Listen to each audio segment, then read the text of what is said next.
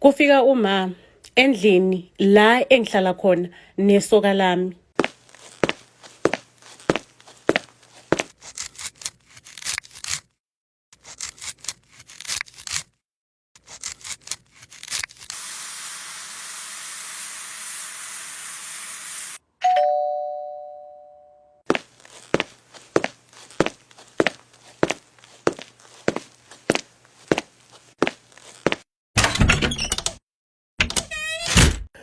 What a nice surprise. Ma, buka ngani ukuthi uyeza. Besokulungiselela kusho isoka lami. Uyilobola nini ngempela ingane yami wendodana? Sho ukuthi ngikipite kamnandi la. Kumnandi ngihleli kahle emkipitweni. Awe ma, umanaki Nkosi yami, Jesu. Ukufika kwakhe sekuzongimoshela lonke iplan. Kuzomosha yonke into lana ukufika kwamala endlini.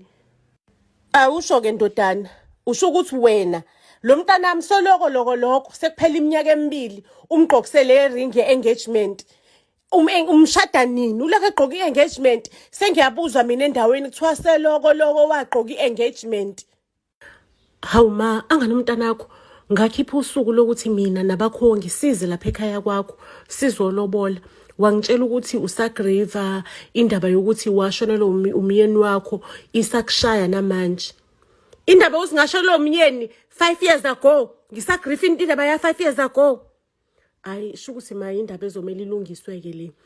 Ngoba phela mina nami ngiyamthanda umuntu wami, ngiyafisa ukuthi sishade. So ngizocela nje sihlale phansi silungise manje yonke into yakhona ilungi. Ukusho isoka lami lixoxa no future mamezala.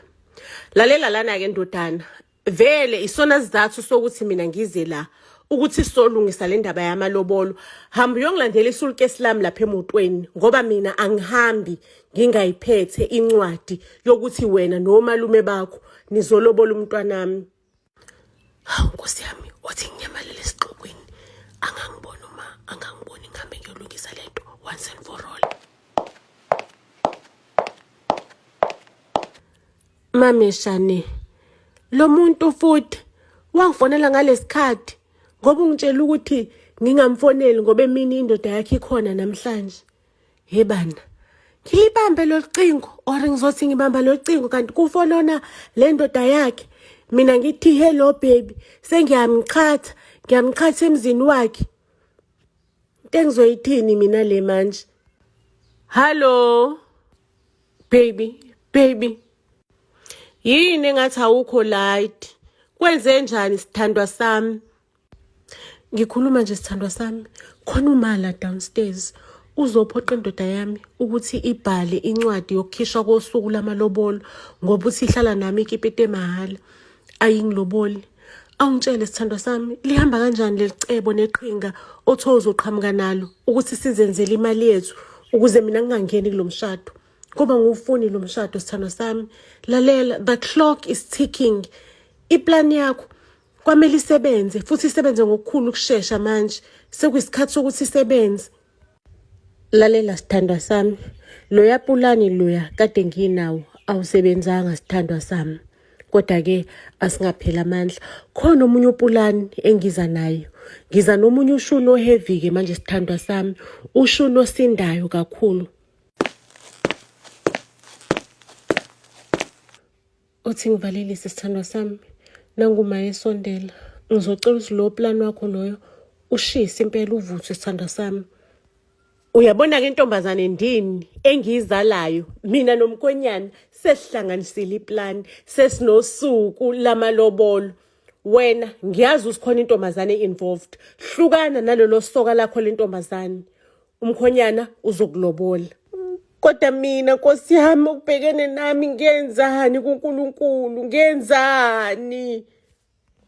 Hey, shiya uNkulunkulu phansi uyilungisele wena ukuthi lapha kwami kuzoyoculuba abanomzane ngoba uyimisele lo mfana ngawe. Uyimisele kakhulu. Hey, angijabulile. Hayi kusazogijima imfene emini omakhelwane. Sithandwa sami, awungitsheleke. Ithini plan ngoba phela naku indaba zokushada impela seyivuthiwe, ngizoshadiswa maduzane nje. Sithandwa sami, ngizocela ukuthi lo daba lolu ungilalele ngama-ears avulekile. Ubambe indlebe sithandwa sami. Lalela. Kunomunye umeshenti engihlangane naye. Sithandwa sami. Lo meshenti lo ufuna ukuvayisa impahla phela ayihambise ko-Cape Town, ayihambise ko-overseas, ayihambise ko-Blue Bay, ko-bani Licious Bay. Nje ufuna ukuba busy lo meshenti. Pho thina sithandwa sami singenaphi lapho? Thina sithengisa phela idakamizwa. Ila esingena khona-ke sithandwa sami. Angithi mina nawe so business woman. Wena cela indoda yakho ikuphi imali sithandwa sami. Uyayibona-ke leyo mali sithandwa sami. Wena uzoyitshela ukuthi uzoqala i-warehouse. Le warehouse izophatha osofa. Abosofa bazohamba baye phesheya, bahamba ngomkhumbi. Baye kuphi. And then thina kulabo sofa lo muntu lo uzosinikeza impahla sifake phakathi kulabo sofa. Mangabo sofa ke sebehamba ngomkhumbi baya kuphi betransportwa ke nayo impahla le. Mina ngizwisisi nje yonke lento le izakala inobungozi sithandwa sami impela nje ngizwisisi. Khululeka sithandwa sami, mina ngizohandlisha yonke into. Wena okwakho sithandwa sami ukuthi nje wena ufike uvule i-warehouse bathathe yonke impahla efakiwe impahla. Mina ngizohandlisha yonke into. Khululeka sithandwa sami. Sithandwa sami, ngiyacabanga ukuthi ukudla kwakho lapho kwehla kamnandi kumnandi ngoba ngipheka i-favorite yakho.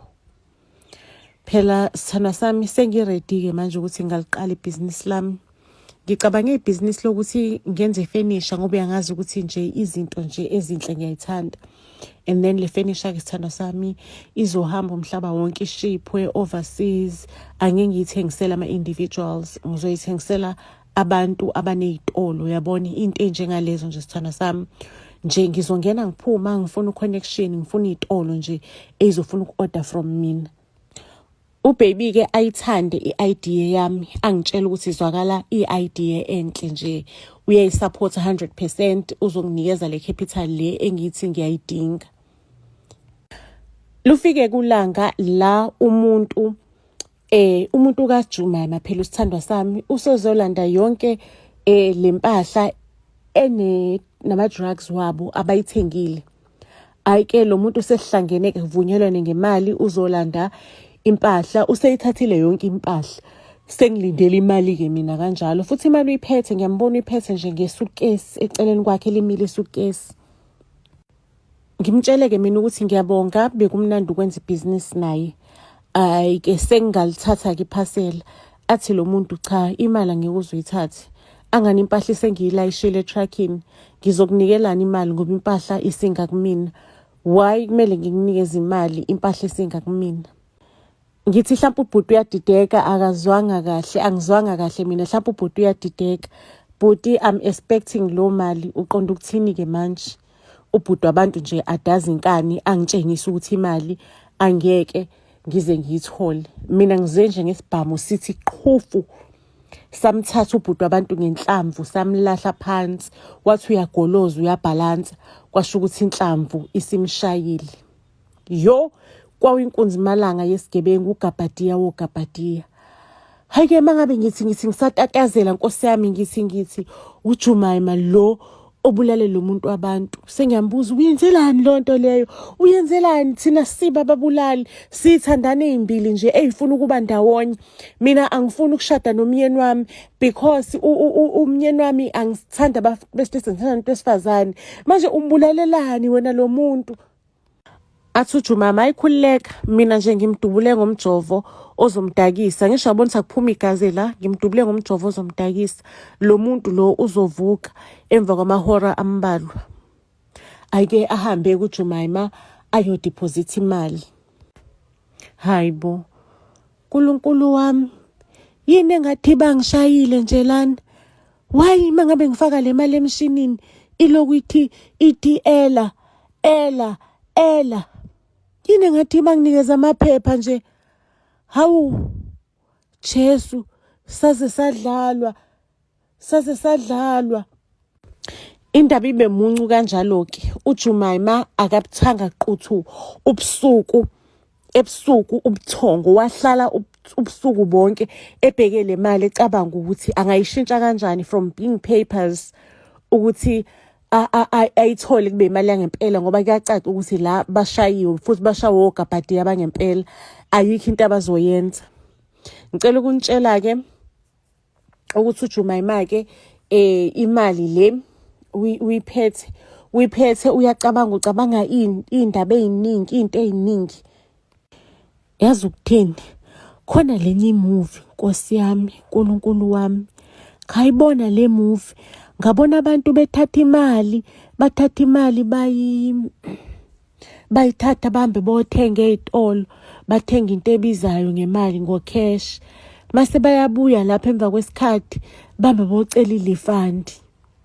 Mhlambe nathi singathenga sithenge base sicela ulifandi.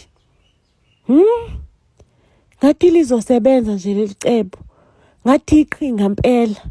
Kuzomela sithole abantu amaphala, siwageza amaphala, siwageze siwaswenkisi, mase siyawathembisa okuncanyana, ahamba stipluthele le mali, stipluthele imali amaphala. Ngitheme ngivuka ebusuku, bengingedwa ke endlini yami, ngavuka kulele isidumbu phezu kwami, ngasiphushela phansi ngakayiza. Hayi kodwa futhi ngayibamba ngathi ngathusa omakhelwane, kanti lo muntu lona kade simbula, ade simjove simdubule ngomjovo, lo muntu lona kanti usale sefa yini, ngoba phela uJumaima uthe lo mjovo uzovuka emva kwamahorana. Ngicela ukuntshela ukuthi ngithatha ifoni ngifonela uJumaima. Sithandwa sami, sekunenkinga ke la endlini, uyabona lo muntu le simdubule ngomjovo wokulala. Ngivuka ekseni mina ulele ngaphezulu kwami, nama ngathi nje umzimba wami uyasinda, ngasikhonto ade ngidakwe yiyona ade bengidake ngayo. So lo muntu lo mangabe ngivuka phezulu kwami, sithando sami akadutshulwe ngalutho lo muntu. Emlomeni wakhe bekade kukhona inothi elibhalwe imali ethizeni ukuthi impilo yakhe worth that much, mina nesoka lami lentombazane sizoyikhokha lo mali. Xaxa le indoda yami bingekho, ihambile bane trip emsebenzini ukuthi bayodlala kuphi. Athi uJumaima, lalela sithandwa sami, ngiyeza manje, ngicela ukuthi ungapheniki, uthatha upheniki nje, ulahlelele ushovelele, akusasisona ke isikhathi sopheniki. Ngiyeza manje, sizoqhamuka necebo, sizoqhamuka nopulani sithandwa sami. Ima nje ngokuphenika, ungasabi isidumbu, isidumbu asibulali umuntu. Hlala naloso sidumbu lapho, ungenzi izinto eziwubulima, ungatsheli umuntu sithandwa sami indaba yaloso sidumbu. Usefikile uJumaima la endlini yami. Ngizama ukucabanga, kodwa indaba esoyithini le, sibiza amaphoyisa. If lesidumbu siyasithatha siyosigqiba, asazi ukuthi lo bastard esidila naye udangerous kanjani. Indaba esoyithini le, phela nasi isidumbu abantu bavukile manje sekuyintatha, abantu bazovuka ngeintatha babona indaba yesidumbu mase kuba yibig deal, sikhulu sishone ekhalakatha kanjalo nje. Into esoyithini le, ngeke mina ngifuna ukubhadla ejele, angifuni nje mina ukuboshwa, ngimuhle kangaka. Ngeke ngikwazi mina ukuyejela, ngeke ngikwazi, ijele akusile nje labantu abafana nami. Sokwenze njani Jumaima? Mina ngicabanga ukuthi sifonela amaphoyisa. Uyazizwa uthini Jumaima? Sifonela amaphoyisa, mina ngiboshwe, kuboshwe mina. Angisho wena uyazi ukuthi elakhe igama ngelingene nje lesidumbu sitholakala endlini yami, ufuna kuboshwe mina Jumaima? Lalela sithandwa sami, akekho umuntu ozoboshwa la. Akekho sithandwa sami umuntu ozoboshwa. Angithi mangabe sithinta thina lo muntu simdubule ngomjovo, and samthinta ngamagaloves, besigqoka amagaloves, mangabe sithinta lo muntu, azange samthinta ngemuno yethu. Wena imino yakho ikhona ngoba uvuke elele phezu kwakho, wamdudula lo muntu. Wena Jumaima uthe nje lo muntu limit yakhe izomvusa, lo mjovo wakho uzovuka after some few hours. Kwenzakala kanjani ukuthi angavuki ke manje lo muntu ufile? Ey sithandwa sami, nabangazi mhlawumbe lo muntu uno-allergy kulo mjovo wethu. Angisho ukubone mabuye esibhedlela bathi are you allergic, unali allergy na? Maybe uno-allergic lo muntu sithandwa sami, angazi nami. Shukuthi emva kokubiza amaphoyisa asigcine sikholeliwe ukuthi lento lesishoyo iqiniso. Sangaboshwa kanjalo saphuma discharge kuyona yonke le ndaba le. Into ebuhlungu ke ukuthi labantu laba abahlobene nalomuntu lo esamdula ngomjovo kanti umjovo allergic kuwona uzovela nombulali lo muntu, uzovela umngqashise azashone. Abantu bakhona ke sebethi basifuna isamba esithize semali ukuze sikhokhe impilo yalo muntu. Saqhwashuluza ke mina nesithandwa sami uJumaima sizama ukuthola le mali yalo muntu. Saba under pressure kakhulu. Kungekho na kuyicela ngisho nasendodeni yami le mali. uJumaima wagcina eseqhamuka nelinye iplan. Iplan lakhona ke leliqhamuke noJumaima. Kwakuyiplan lokuthi akufakelwe indoda yami something. Lento leyo izoyenza indoda yami ihlezi nje iba nesifo sokuwa. Ingqashi ibe nesifo sokuwa. Mangabe esibhedlela kwenziwa ama test kuthiwa nje ababoni lutho. uJumaima benento yakhe untraceable. Maseke indoda yami sixakiwe yilento le ngoba njengomuntu osebenza ngomzimba wakhe. Mase siyamthatha simnyise sangomeni. Ayiswe yimini sangomeni. Mesifika kanti izangoma esizoya kuzona izangoma ezu3 ethunywe 18 zonke izangoma zithi akathathe isithembu lendoda. Intombazane ayoyifica yokuqala eminyango wakhe igqoka impahla ezimhlophe ekseni ngakusasa emva kwelanga elithize. Iyona ntombazane leyo okuyomela athathe naye isithembu ashade naye aphinda ashade nami in community of property because yena ntombazane leyo ethunyelwa amadlozi kuyena. Hake Nkosi yami bakisa umyeni wami naye zama ukuphilisa impilo yakhe. Wavela newashada sobabilike noJumaima in community of property ngelanga elilodwa cabanga. Seshadile ke noJumaima, iplan yethu was ukuthi sizoshada. Mangabe siqeda ukushada, maseke siya divorce nale ndoda ngoba shade in community of property. Mase sithola imali, sikwazi ukuthi sikhokhele ikolodo zalomuntu lozi ayifunayo. Mase siyakwazi ukuthi siqhubeke nempilo yethu njengeyithandani emva komshado. Bekungekho mnandi ukuthi sirobhe indoda yenkosi engenacala, kodwa ke nathi besi under pressure. Nazi igebengu bezifuna la imali yazo. Sesishadile ke manje sesishade nale ndoda ke. Le ndoda isifo sokuthi iwe siqhubeke. Hayibo madoda. Kanti imithi yaJumaima yenze kanjani? Why isifo sokusale ndoda ukuthi iwe siqhubeke? Ngicela ukuntshela ukuthi le ndoda yahamba in private ihlohlo uJumaima ukuthi ayihambe ibuyele kule inyanga zayo zasekuqaleni ihambe yodwa.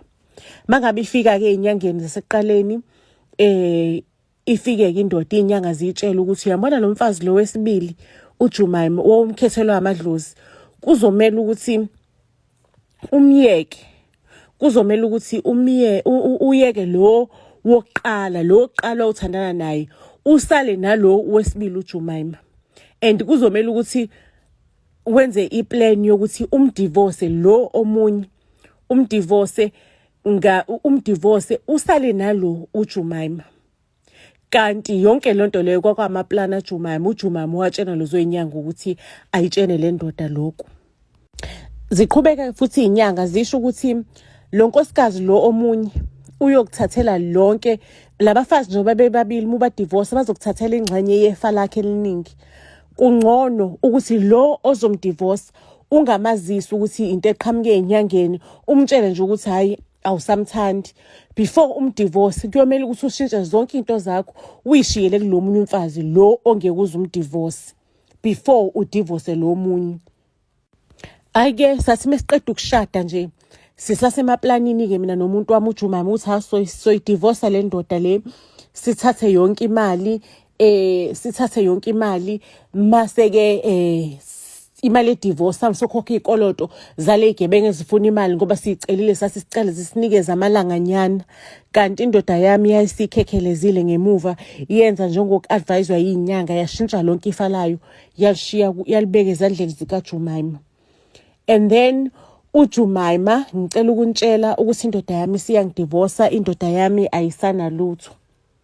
Only to find ukuthi yonke lento le, it was a scam from day one, from the day uJumaima ezongishela hlangana nami emoli. Jumaima was never in love. Bekasetholile yonke information ngami, esethole ifayela ngami ukuthi nginokuthanda amantombazane kodwa nginesoka elinemali engicashe ngalo, kodwa iweakness yami enkulu empilweni umuntu wesifazane. Shukuthi mina bengiskenyiwe, ngiskenywe ngothando, ngiskenywe uJumaima. Konke lezi zinto zeyinyanga nani like uJumaima bengizwela ukuthi umuntu wami, bengizizwa sisemathandweni naye, bengizizwe ngathi angikaze ngithandwe. Yabona lonke lo thanda ade nginikeza lona, it was part of iscam sakhe, bekuyiplan. Ama-scammers phela ahlukahlukene, khona ama-scammers anesineke azi ukuthi azokusebenza at the end of the day wona azogaina kakhulu. uJumaima ke loyo wangisebenza, wangigubha engathi ugubha imayini, wayiplana yonke lento, wayiprepare. Mina ngokwe character yami, I will never ukuthi ngijikele umuntu enginayo ngiplana ukumrobha nani, but because uJumaima bekaqhamuke prepared, eplanelile yonke lento le, iyona ndlela ke uJumaima amenenja ukungiskema ngayo. Sizoyibeka lapho ke indaba yethu okwanamhlanje. Ngizothi Buzz SA to all social media platforms. Ningakhohlwa ukuthi nihambe niyosifollowisha on our YouTube channel Buzz SA. Niphinde nisifollowishe on Facebook Buzz SA, as well as Instagram and TikTok. Siyanthanda kakhulu.